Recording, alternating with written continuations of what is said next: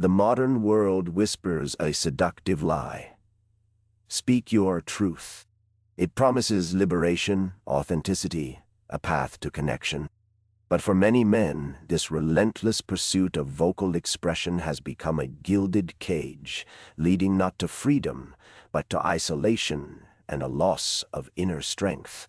We are conditioned to believe that transparency is virtue, that every thought, every grievance, every fleeting emotion must be aired. This relentless demand for expression, however, is a modern malaise, particularly damaging to the developing masculine character. It erodes the very foundations of self-control and inner fortitude that have defined men for millennia. Consider the soldier on the battlefield. His survival, and the survival of his unit, depends not on articulating every fear or doubt, but on disciplined action and controlled communication.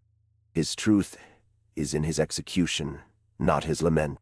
The advice to speak your truth often originates from a place of comfort, a society that prizes performative vulnerability over genuine resilience.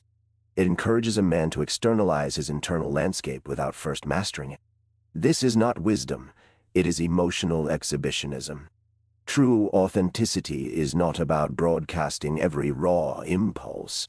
It is about aligning one's actions with one's deepest values, a process that requires introspection, not just iteration. When a man constantly articulates every fleeting thought, he dilutes his power. His words lose their weight, his pronouncements become mere noise. The wise man understands that not all thoughts are worthy of utterance. Not all battles need to be fought with words. The power of restraint is a strength few possess.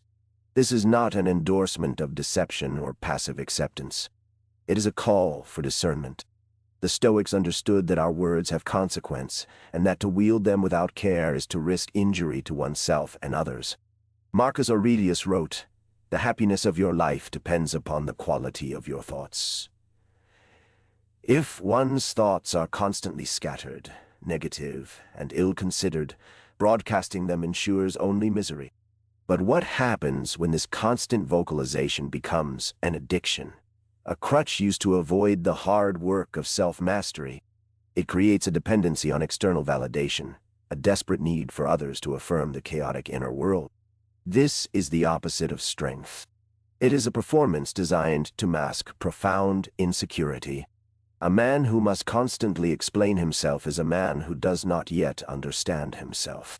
The world of comfort, so quick to champion speaking your truth, often recoils from the harsh realities that true growth demands. It prefers platitudes over principles, emotional comfort over the rigorous demands of character building. When a man speaks his truth without the tempering influence of wisdom, he often speaks only of his own limitations and ego. Think of the architect designing a skyscraper. He does not shout his truth about gravity or stress points to the wind. He understands the principles he plans, he builds with deliberate precision. His actions speak louder than any complaint about the difficulty of the materials. The danger lies in conflating speaking your truth with being truthful. One is a form of self-indulgence, the other, a difficult but necessary virtue. Truthfulness requires courage, integrity, and a clear understanding of reality, even when it is unpleasant. Voicing every fleeting internal state is simply noise. True masculine strength is often silent. It is found in the quiet determination, the steady resolve, the actions taken when no one is watching. It is the father who guides his son through discipline, not through endless explanations of his own feelings. It is the craftsman who perfects his skill through repetition, not through complaining about the nature of the work. We are told to be authentic, but authenticity is not a decree. It is a cultivation. It is the result of understanding oneself, confronting one's shadow, and aligning one's outward expression with an inner core of integrity. This process is slow, deliberate, and often quiet. The constant urge to speak, to share, to opine, is a siren song leading many men onto the rocks of superficiality. They mistake loudness for significance, assertion for authority.